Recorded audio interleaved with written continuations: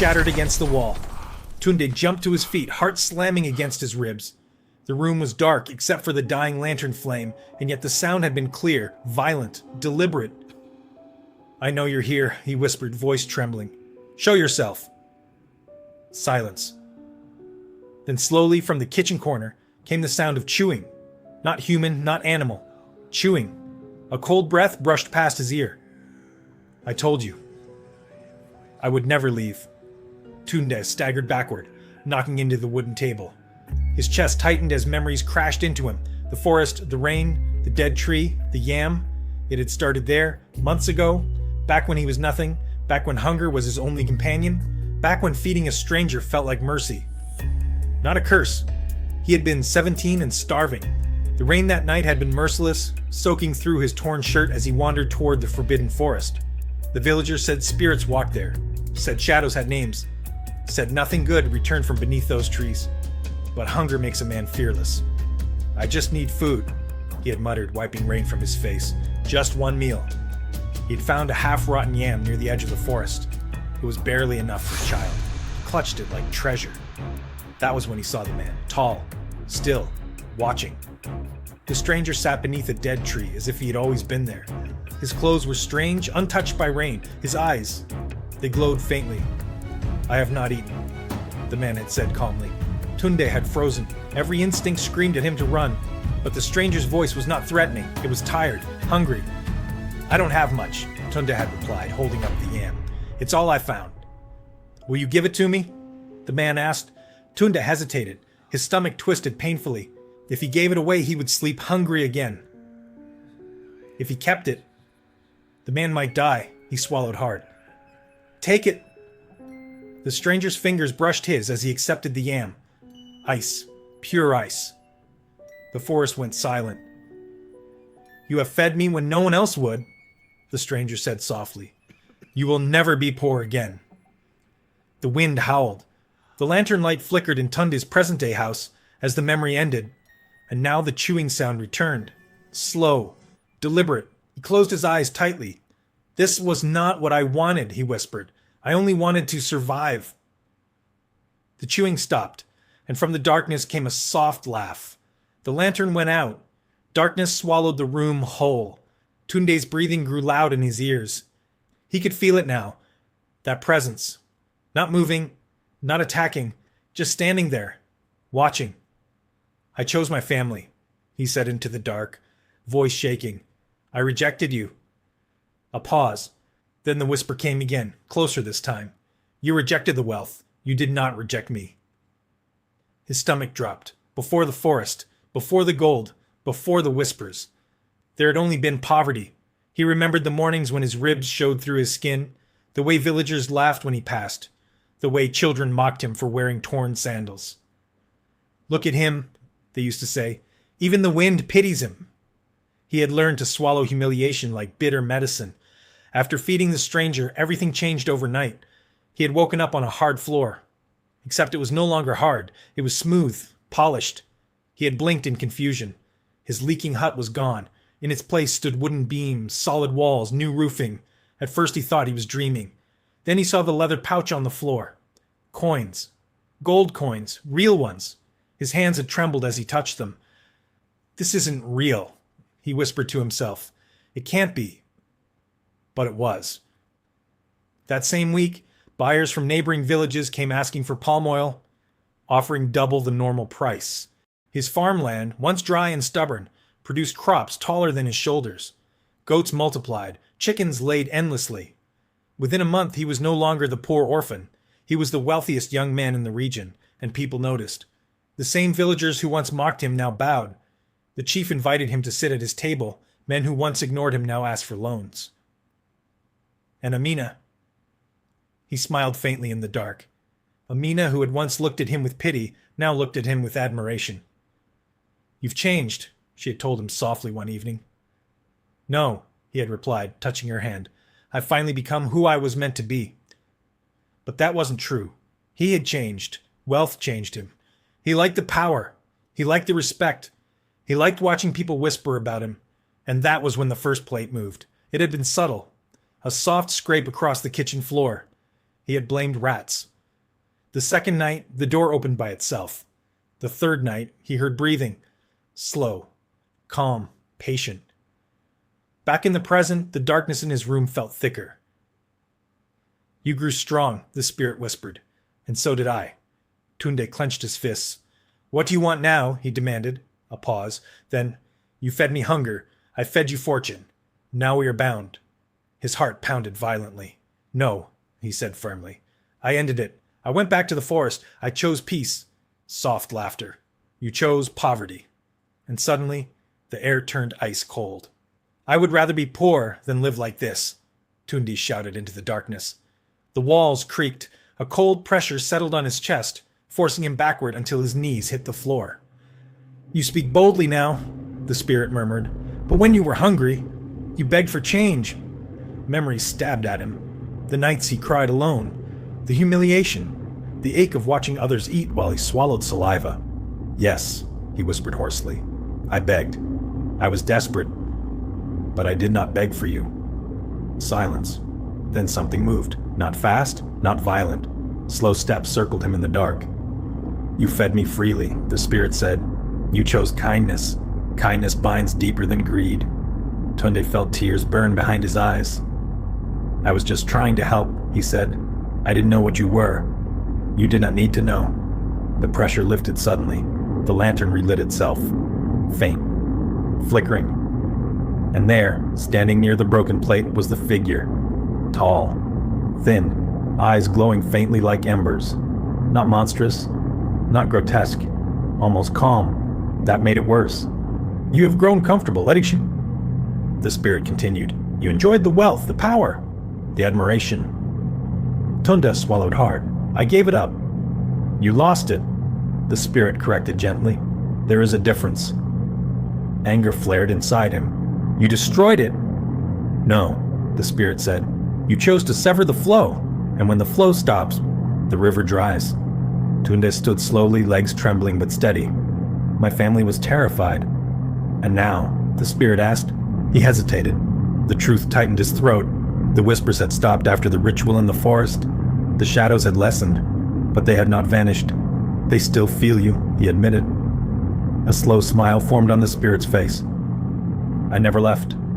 The lantern flame stretched unnaturally tall. You can reject the gold, the spirit said softly, but you cannot erase the bond.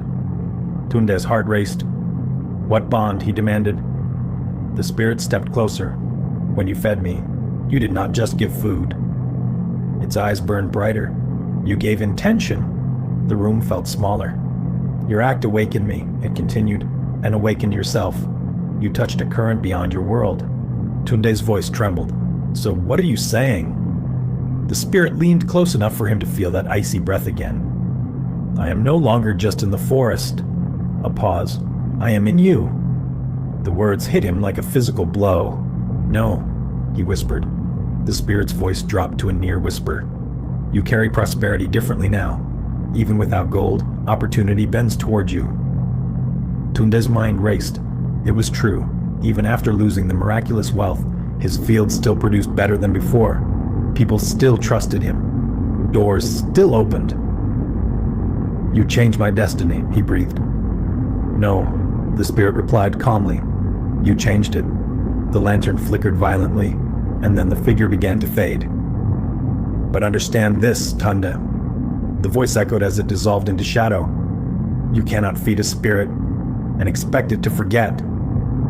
Darkness swallowed the room again, and this time, something inside Tunde felt different. Not watched, not hunted, awakened. Tunde did not sleep, not because he was afraid, but because something inside him felt alive, awake. The spirit's last words echoed in his mind. I am in you. He sat upright on his mat as dawn crept through the cracks in the wall. The house was quiet. Amina and the children slept peacefully. No whispers, no cold breath, no glowing eyes. And yet, he could feel something, not around him, within him, a strange awareness. When the sun rose fully, he stepped outside. The air felt clearer than usual. The wind brushed past his skin, and for a brief moment, he felt connected to it. He frowned. What is happening to me? He muttered. A neighbor approached the fence nervously. Tunde, the man said, almost hesitant. I came to ask, how did you know the market price would rise yesterday? Tunde blinked. I didn't, he replied. The man shook his head. You told me to wait before selling my crops. I listened. The price doubled this morning. How did you know? Tunde went still. He remembered saying it, but he hadn't known why. It had just felt right. I suppose I guessed, he said quietly. The man laughed in disbelief. If that was a guess, may I borrow your instincts again? As the man walked away, gratitude written across his face, Tunde felt the sensation again. That awareness. That subtle pull. By midday, another opportunity appeared. A trader from a distant town approached him with a partnership offer. By evening, 3 more villagers came seeking advice, and every decision Tunde made was correct, profitable, precise. He stood alone that night, staring toward the forest. I rejected the gold, he whispered, but you left something behind. A breeze swept past him, and for the first time, it did not feel threatening. It felt approving. Inside the house, Amina approached carefully. You seem different, she said softly. How? He asked. Calmer, she replied, stronger, like you're listening to something I cannot hear. His chest tightened. Maybe I am, he said quietly. That night, no plates moved, no shadows stretched, no whispers haunted the walls. Instead, Tunde dreamed. He stood in the forest again, but this time the dead tree was blooming. Bright leaves, golden fruit, and the spirit stood beside him, not distant, not threatening, watching. You see now, it said. Tunde turned slowly in the dream. See what? You feared the haunting, the spirit replied. But you never understood the gift. I lost everything, Tunde said. You lost excess, the spirit corrected, not destiny. Tunde woke up gasping. Sweat covered his skin. But he was not afraid. He was thinking. The days that followed confirmed what Tunde feared and desired at the same time. He could feel outcomes before they happened. Not visions, not voices, certainty. When he told a farmer to plant earlier than usual, the rains came on time. When he advised a trader to avoid a road, bandits struck there hours later. Each time it happened, people stared at him with a mixture of awe and fear. You have wisdom beyond your age, the elders said. Tunde smiled politely, but inside his chest something stirred. Pride. And something else. The spirit had been right. The gold was gone, but the current remained. Amina noticed the change, too. You're becoming like them, she said one night as they ate quietly. Men people fear to question. He frowned. Is that a bad thing? She hesitated. It can be.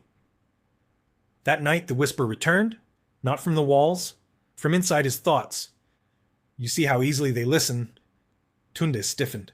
I didn't call you. You didn't need to. He stood up abruptly and stepped outside, heart pounding. I chose peace, he whispered angrily. I chose my family. Peaceful. Too peaceful. He realized something that made his blood run cold. The spirit no longer needed to haunt his house. It no longer needed to move plates or whisper in corners. It had rooted itself somewhere deeper, not in the walls, in him. And for the first time since feeding that yam under the dead tree, Tunde understood. The spirit had never wanted his wealth. It wanted his becoming. The first sign that something was wrong came quietly. Too quietly. The village had begun to prosper. Harvests improved. Disputes resolved quickly. Trade routes became safer. Every decision Tunde made seemed to ripple outward, correcting problems before they fully formed. At first, it felt like blessing. Then it began to feel unnatural. One afternoon, an old woman approached him, trembling. My son has stopped speaking, she said, since you told him not to leave for the city. He listens only to you now. He waits for your words before he moves. Tunde frowned. I only advised him. She shook her head. No, you decided for him. The words struck harder than she knew. That night, he walked alone toward the forest. You said I was shaping fate, he whispered into the dark. Is this what you meant? The air shifted slightly. Yes. People are losing themselves, he said sharply. They depend on me. They choose to, the spirit replied. Tunde clenched his fists. Because they trust me. And trust, the spirit said calmly, is power. He paced beneath the trees.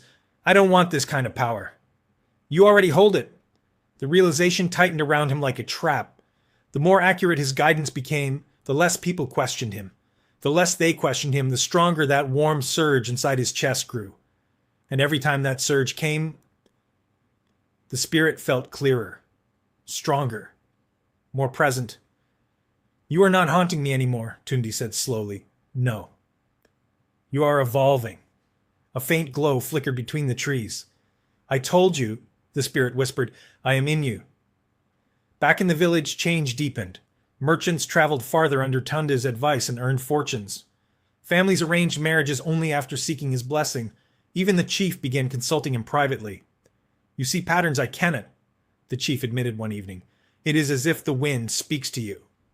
Tunde forced a smile. If only he knew. But with prosperity came something darker. Arguments began to shift. When someone disagreed with Tunde's advice, small misfortunes followed them. Carts broke, crops failed, illness came unexpectedly. At first it seemed coincidence, then it became pattern. A man once refused Tunde's warning about a trade deal. Superstition, the man scoffed. 2 days later, thieves robbed him on the road. The village whispered. It is safer to listen, they began to say. Tunde heard it, and it terrified him. Tunde could no longer ignore it. The misfortunes were too precise, too timed, too obedient. He stood in his courtyard as villagers murmured nearby. Do not go against him, someone whispered. He sees beyond us.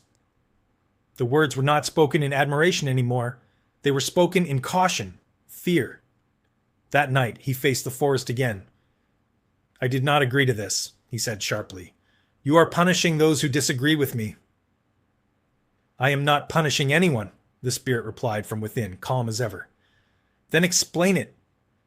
You influence direction. I maintain balance. Tunde's jaw tightened. Balance does not break carts. Resistance creates friction, the spirit answered.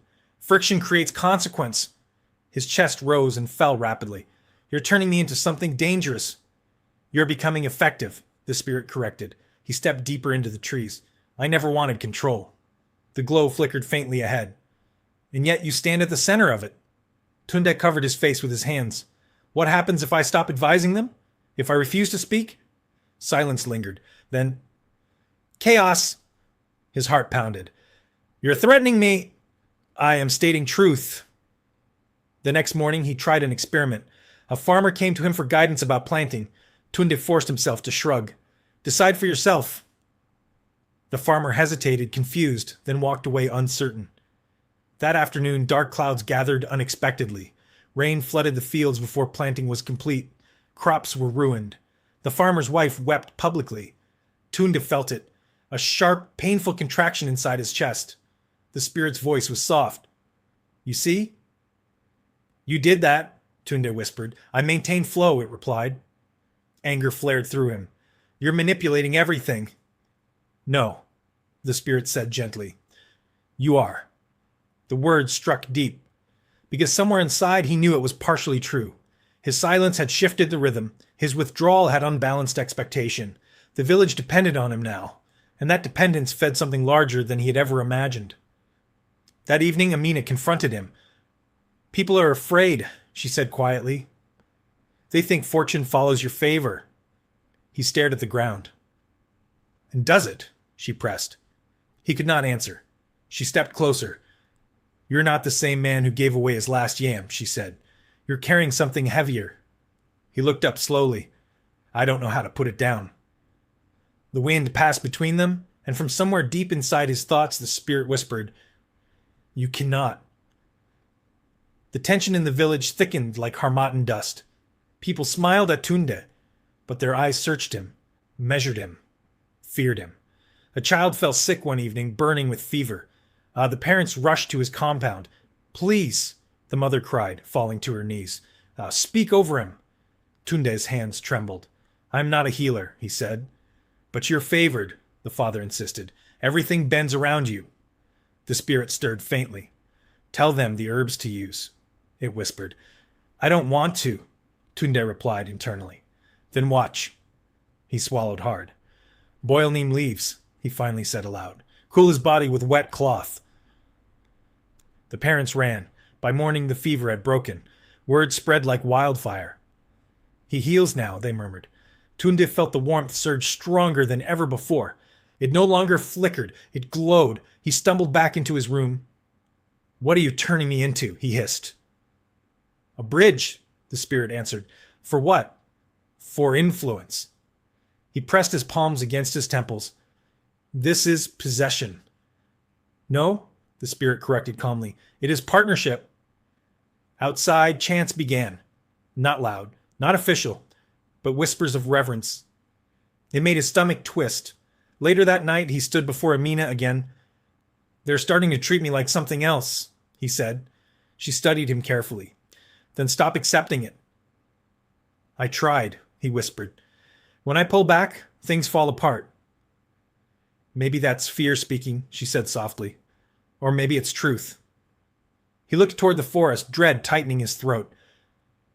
I need to confront it. Amina grabbed his wrist. Be careful, she said. He nodded. When he reached the trees, the air felt heavier than ever. You're growing stronger, he said into the darkness. So are you. A faint outline shimmered ahead, not outside him, but overlapping him, like a second shadow. What do you want? Tunde demanded. To remain, the spirit replied simply. For how long? A pause. Until you no longer need me. His breath caught. And if I never stop needing you? The forest went silent. Then I never leave. The words echoed deeper than the trees, and for the first time, Tunde realized the terrifying truth. The spirit was not attached to his wealth, it was attached to his reliance. And the more the village depended on him, the more he depended on the voice guiding him, the more permanent the presence became. He was not just hosting something, he was becoming inseparable from it. And the scariest part, a small, hidden part of him did not want it gone. The first full week of awareness hit Tunde like a storm. He woke before dawn, heart hammering, not from fear this time, but from responsibility. The village was stirring, and already people were seeking his guidance. Crops, trade, disputes, marriages. It all came to him first. He had tried stepping back, pretending not to know, refusing to advise, but consequences were immediate. Carts overturned, water supplies failed, small illnesses spread. The villagers whispered in fear, their eyes following him wherever he went. I can't live like this, he muttered, pacing the courtyard. You're learning, the voice replied, warm yet unyielding, deep in his mind. I didn't ask for this. I never asked. You asked by feeding, it said. By choosing kindness, you invited me into your life. Now, you are the center of a web you cannot leave. Tunde shook his head, panic and frustration rising. I just wanted to survive. I wanted my family safe. And now they are, the spirit said softly. But they are safer when you guide. You wanted to save them, and I help you do it. The truth gnawed at him. Every choice he made to protect his family, every word of advice to the villagers, every action to maintain balance, they strengthened the spirit. He was no longer acting alone. Amina approached, hesitant. Tunde, something is wrong. You can't sleep. You can't stop thinking. This presence, it's inside you.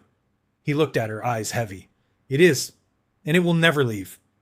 Her hand found his, trembling. Then what do? He swallowed hard. We survive. We adapt. We live with it. That night he returned to the forest. The dead trees stood silent, stripped bare by months of storms. Yet the place still hummed with energy. The spirit appeared immediately, taller, brighter than ever. You've learned, it said. You cannot separate what you are from what you chose. I don't want this power, Tunde said, voice cracking. I just want peace for my family. Peace requires understanding, the spirit replied. You cannot reject yourself. Tunde clenched his fists, feeling the pulse inside him, warm, heavy, unstoppable. He realized the terrifying truth. The spirit had never been an intruder. It had been a mirror. He had fed it kindness, and it had grown within him. It was him, and not him at the same time. You will carry this always, the spirit said, but within it is your gift, your influence, your ability to guide, to protect, to shape life. And the cost, Tunde whispered. Ever present, the spirit said. Ever patient. Ever reminding you, nothing is given without consequence, not even kindness.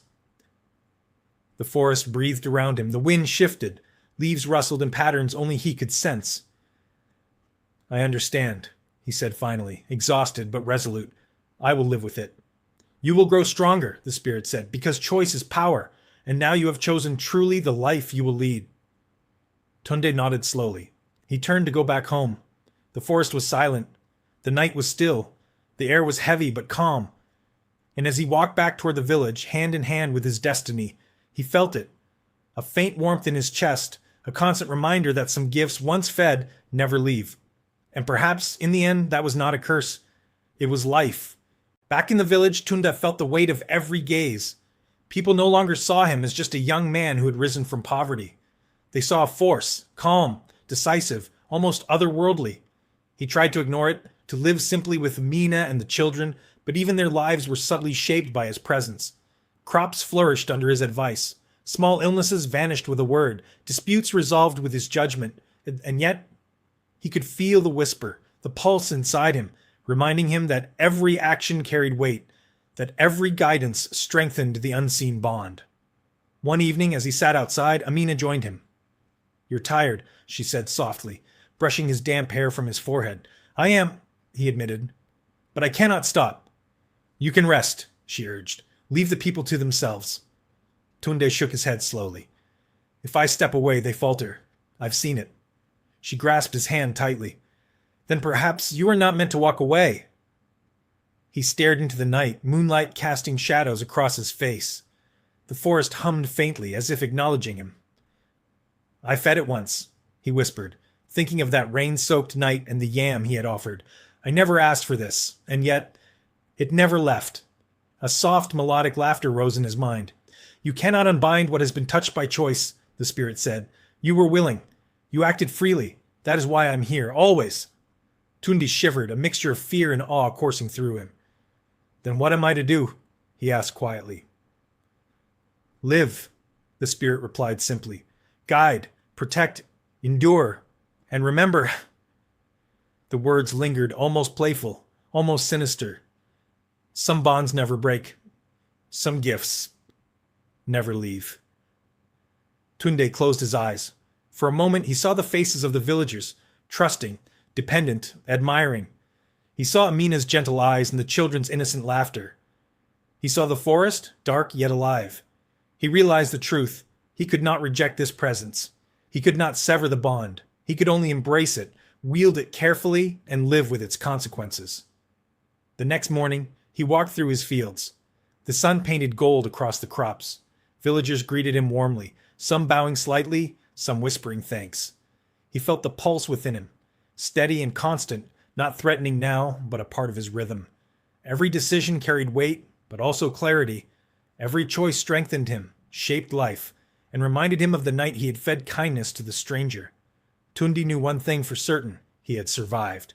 He had chosen love over greed, life over wealth. And yet, the spirit would never leave. He looked at the forest, distant and silent.